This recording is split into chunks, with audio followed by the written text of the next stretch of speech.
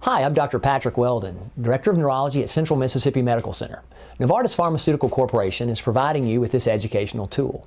I'm pleased to be partnering with Novartis to help you better understand mild to moderate Alzheimer's disease and the treatment that I have prescribed for your loved one.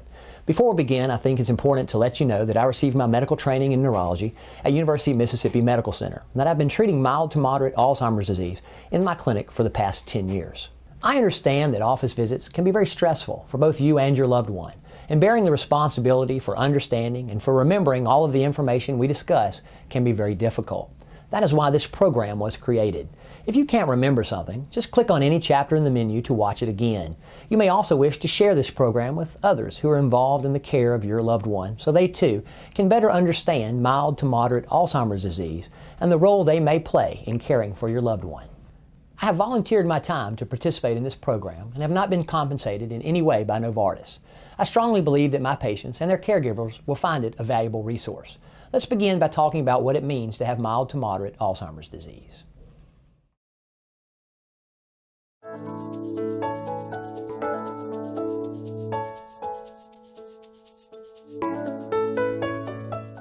Many of us have older loved ones in our lives, and we may become accustomed to the lapses in memory they may experience from time to time as part of the aging process. But unfortunately, for some people, these lapses in memory can become more serious and can begin to interfere with daily life. This is not normal, and it may in fact be a sign of mild to moderate Alzheimer's disease. It is estimated that some people with Alzheimer's have 1 to 4 family members acting as caregivers. So while you may feel overwhelmed with your responsibilities at times, you're not alone. This program is designed to help you and other caregivers going through similar experiences. Our first task is to help you understand what it means to have mild to moderate Alzheimer's disease. It's not easy making medical decisions for someone else, but the more knowledge you have, the more prepared you will be to make the best decisions possible for your loved one's care. As I just mentioned, memory loss may sometimes happen as a consequence of old age, but mild to moderate Alzheimer's disease is something more. It is a progressive medical illness that attacks the brain's nerve cells, or neurons. When these neurons are attacked, their connections with other nerve cells are broken, and they ultimately stop working. This may lead to a variety of problems with cognition, which includes memory, reasoning, communication, and understanding. Symptoms of these effects may include having a difficult time planning or carrying out everyday tasks, like preparing a meal or placing a telephone call. Forgetting simple words or substituting unusual words in speech and in writing. For example, instead of referring to a pen, people with mild to moderate Alzheimer's may ask for that thing you write with. Becoming disoriented to the point of getting lost in their own neighborhoods, forgetting how and why they arrived somewhere, and not knowing what they were there for. Showing poor judgment, such as wearing clothing inappropriate for the weather or the occasion. Having problems with mental tasks, like forgetting what numbers are and how they should be used. Misplacing things by putting them in unusual places, such as storing an iron in the freezer or a watch in the sugar bowl. Having rapid mood swings for no apparent reason. And showing dramatic changes in personality, like confusion, suspicion, or dependency on a particular family member. While any of these symptoms might affect older people in mild forms from time to time, a combination of them, especially in their more serious forms, may indicate mild to moderate Alzheimer's disease, and thus the need for medical attention. Some people live with Alzheimer's for as long as 10 years or more, so the disease has the opportunity to progress through multiple stages until it becomes more severe. However, this program is geared towards patients who are in the mild to moderate stages of Alzheimer's and how they may be treated. Knowing what the stages may involve can help you prepare yourself emotionally, as well as in the terms of the care you will need to provide. Most people who have Alzheimer's disease in the mild stage can still manage many of their daily tasks with minor assistance. Some things you may notice in a person with mild Alzheimer's disease include trouble carrying out tasks with multiple steps, like following a recipe, difficulty performing some household chores, avoiding social situations, trouble remembering appointments, people's names, or things that happened recently.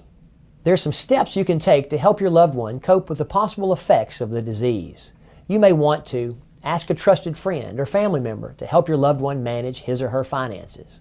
Write reminders regarding certain tasks and keep them in one place for your loved one to refer to often. Keep a list near the telephone of names and phone numbers alongside the photos of family and friends. Label the contents of drawers, cabinets, and closets so your loved one can find things easily. Encourage your loved one to talk about his or her feelings with friends, family, professional caregivers, or anyone else he or she trusts. Suggest that your loved one join a support group where he or she may meet others in the same situation. With moderate stage Alzheimer's disease, people may have more trouble taking care of themselves, but they can still participate in daily activities and follow a comfortable and predictable routine. Some effects of the disease that you may notice at this stage include getting lost, even in familiar surroundings, needing help to prepare for the day, such as bathing, choosing clothing, or getting dressed, needing help setting a table, developing poor table manners, feeling restless or starting to wander, especially in the afternoon or evening, getting suspicious, angry, or easily upset, having trouble recognizing family members, having difficulty expressing things and understanding others. To help your loved one cope with the effects of moderate Alzheimer's disease, try to encourage them to stay involved in activities they enjoy, even if for shorter periods of time. Modify these activities to account for the person's limitations. Help them share memories with friends and family by creating a scrapbook or telling stories. Speak calmly and clearly, and make sure that you have your loved one's attention using single-step commands. Plan for physical activity during the day to promote sleeping at night. Look into community resources such as adult daycare or home health care agencies to help your loved one and provide you with much-needed breaks. Make sure never to neglect yourself. Now that we've discussed some signs and symptoms of mild to moderate Alzheimer's disease, in the next chapter we will discuss how it may be diagnosed and treated.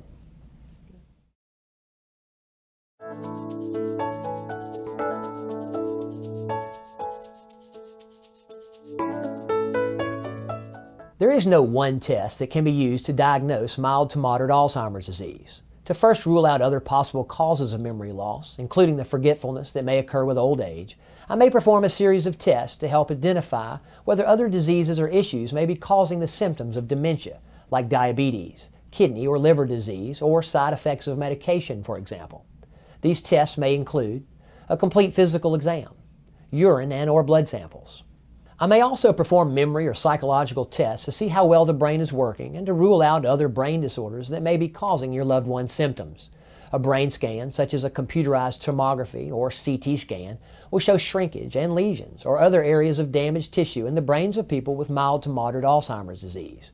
Not all patients require these tests, and they may only be performed if doctors think additional testing is necessary.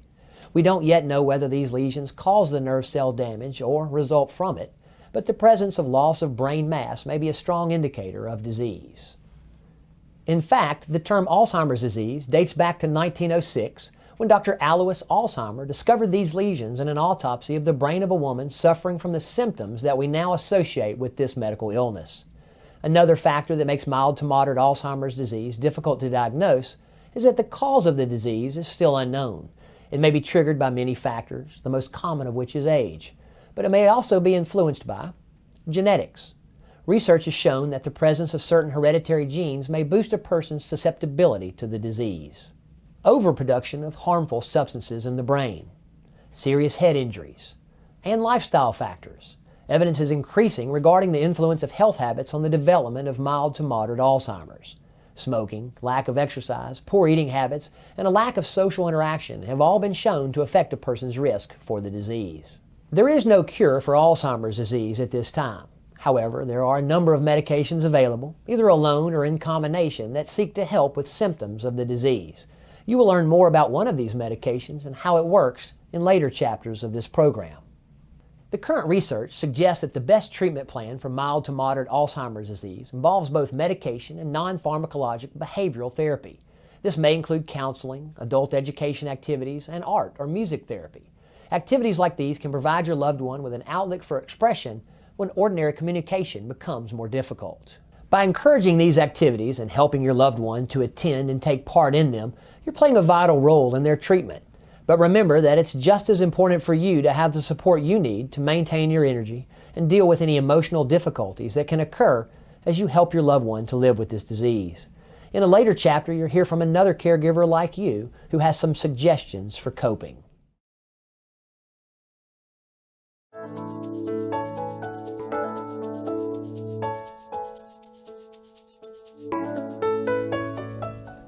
Thank you for taking the time to watch this program. I hope that you find the information useful. Remember, if there's anything you want to see again, Simply replay that chapter, and if you have any questions, write them down and bring them with you to your loved one's next doctor's appointment. Please share this program with your family and friends so they too can better understand mild to moderate Alzheimer's disease and help support your loved one throughout treatment. It's also important to share your concerns with them so they can provide you with the understanding and support you need as well. It's important to pay attention to your own health and emotional well-being during this difficult time. The next chapters of this program contain important information about a medication that I have prescribed for your loved one. Please review these chapters to learn more about the medication and how to use it. There's also a section of additional resources where you'll find a listing of informational websites to continue your education on mild to moderate Alzheimer's disease, as well as a glossary of the terms that are used in this program. Finally, please take a few minutes to fill out and mail the postage-paid feedback card attached to your DVD holder. Your comments will be shared anonymously with me and will help me to better evaluate patient information programs like this for the future. Your feedback will be very useful in helping to improve future programs for other patients and their families. In addition to completing the feedback card, I encourage you to share your feelings and questions with me and my staff at any time.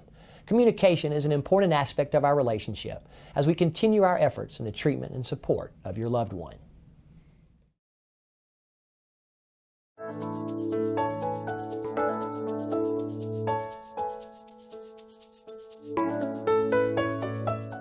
The Exelon Patch rivastigmine transdermal system comes in 3 doses.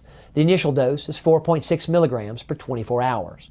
If your loved one is an appropriate patient and tolerates this dose well for a minimum of 4 weeks, I will introduce the effective dose of 9.5 milligrams per 24 hours. I will keep him or her on this effective dose for as long as therapeutic benefit persists. If your loved one has been on the dose of 9.5 milligrams per 24 hours for at least 4 weeks and is tolerating it well but requires additional therapeutic benefit, I may increase his or her dose to the maximum effective dose of 13.3 milligrams per 24 hours. Here's some of the things you need to remember about applying the patch. The location of the patch should be rotated so that it's not applied to the same location more than once in 14 days. I encourage you to write the date on the patch with a ballpoint pen to help you remember when it needs to be changed. Only one Exelon patch should be worn at a time. The patch should be replaced every 24 hours at the same time each day. It should not be applied to skin that is red, irritated, or cut. Gently clean the application site with water and allow it to air dry, or pat the skin carefully to dry. In a clinical trial for Exelon Patch, the majority of patients experienced no skin irritation from the patch or had mild to moderate skin reactions. The incidence of severe skin reaction was very low, regardless of dose. A direct comparison of the rates of application site reactions reported in the placebo-controlled and active comparator-controlled clinical trials cannot be made due to differences in the method of data collection employed in each of the trials. Only a very small percentage of patients had to stop taking the Exelon patch due to skin irritation. You should apply the Exelon patch once a day to the upper or lower back. However, if the back is not accessible, you can apply the Exelon patch to the upper arm or the chest. Please remember, you should apply the patch to clean, dry, hairless, intact, healthy skin where the patch will not rub against clothing. Do not apply it to areas where there's powder, moisturizer, or lotion that could keep the patch from sticking to the skin properly. You should not open the patch until you are ready to use it. If left open, the patch starts to lose medicine and becomes less effective. Unopened patches can be used until the printed expiration date on the package. Try to make a routine out of applying the patch so that it becomes easier for you or your loved one to get used to applying it. However, if you miss a dose of the Exelon patch, no change in dosing is necessary. Do not apply 2 patches to make up for the missed dose. You may apply a new patch and resume the normal dosing schedule on the next day. If you miss more than 3 days, call my office before applying another patch. Here are some additional important things to remember while your loved one is being treated with the Exelon patch. Let me know if your loved one needs to have surgery. The Exelon patch may exaggerate the effects of some muscle relaxants during anesthesia. Let me know if your loved one is taking any other prescription or non-prescription medications and what those medications are. The Exelon patch should not be given at the same time as other medicines that have similar effects on the body and brain, such as cholinergic agents or anticholinergic medications. The medicine is absorbed through the sticky part of the patch. So if you or your loved one comes into contact with the adhesive layer, you should wash with soap and water as soon as possible. Avoid contact with the eyes. If your loved one or anyone places the patch in his or her mouth, remove it. Make sure that no part of the patch is still in the mouth and contact my office immediately. Please be sure to review the important safety information as well as the prescribing information for the Exelon Patch included with this DVD. And ask me questions about any information you don't understand.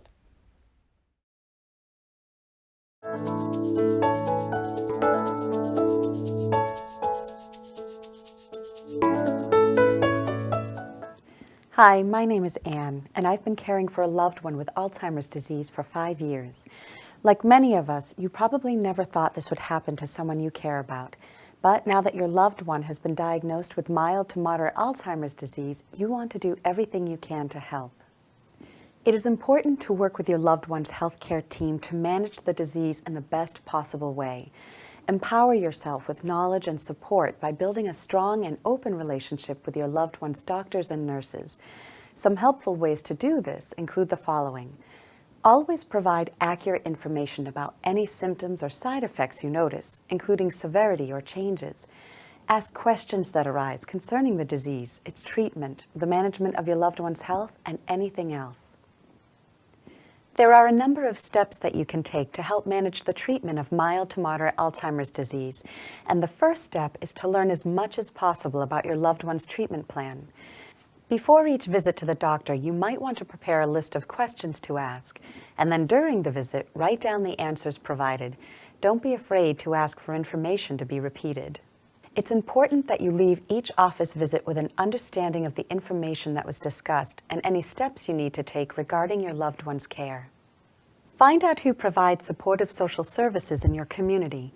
Organizations like the Alzheimer's Association have chapters all over the United States. Counseling, education, and support groups can help you learn what might make caregiving easier. And emotional support is essential to your own well-being and that of your loved one with mild to moderate Alzheimer's disease. As for things you can do at home, it's important to think about your loved one's safety and how you can remove certain hazards from their environment.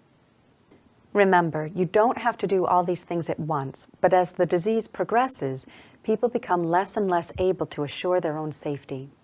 Think about securing windows and doors with locks to prevent your loved one from wandering off. Keep hazardous materials like cleaners and other chemicals, knives, matches, lighters, and guns in secure places. Keep the home well lit and remove objects that may cause your loved one to trip or fall. Consider an automatic shutoff for the stove or removing the knobs to help prevent burns. Don't redecorate or change the configuration of rooms. Keep things constant. As people are now often being diagnosed at the early stage of Alzheimer's disease, it is important to try to remember that they are still the person they were before the diagnosis. While they have limitations, they also have remaining strengths. Try to figure out what activities you and your loved one have enjoyed that you can still enjoy together.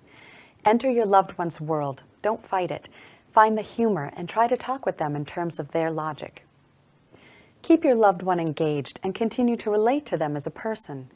Talk to them. Try to figure out how to communicate in a way they will understand, even when they can't talk back in a way you understand. If being physically affectionate has been part of your relationship, hold their hand, even if they don't reach for yours. It's also helpful to begin long-term planning regarding future healthcare and legal decisions for your loved one so that you can eliminate some of the stress from these decisions later on. If the person is in the early stage of Alzheimer's disease, he or she can participate in making these decisions.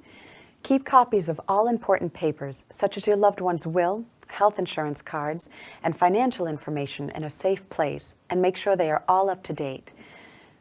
Learn about the benefits provided by Medicare, Medicaid, and other forms of insurance. Establish who will be the decision maker in the event that your loved one is unable to make decisions. Talk with an attorney experienced in elder care issues about how to plan for legal matters, such as power of attorney. Consult a financial planner for help with investments or long-term care coverage plans. Caregivers like us play a very important role in the lives of people with mild to moderate Alzheimer's disease. Your efforts help make the life of your loved one as comfortable as possible. While being a caregiver can be a rewarding experience, it can also be a difficult one. It can sometimes require an incredible amount of understanding and patience. That's why it's important that you take time for yourself. Exercising, eating healthy, and socializing with friends are good for your overall well-being. Even just taking a few minutes each day to close your eyes and take a deep breath can be soothing. It's important to remind yourself that you are doing everything you can, but that you need to look after yourself as well. Here are some helpful tips for caring for someone with mild to moderate Alzheimer's disease while also taking care of yourself. First, don't take your loved one's actions personally. Remember that their brain is working hard to try to make sense of a world that isn't the same for them. Try to be patient. If they sense your impatience, it increases their anxiety and reinforces the fact that they can't function the way they used to. Don't be afraid to ask for help from the people around you. Your friends and family can be the best resources you have. And when you're caring for someone with a chronic illness, one of the best ways to relieve feelings of tension or stress is to talk with close friends and family about any issues you have while taking care of your loved one.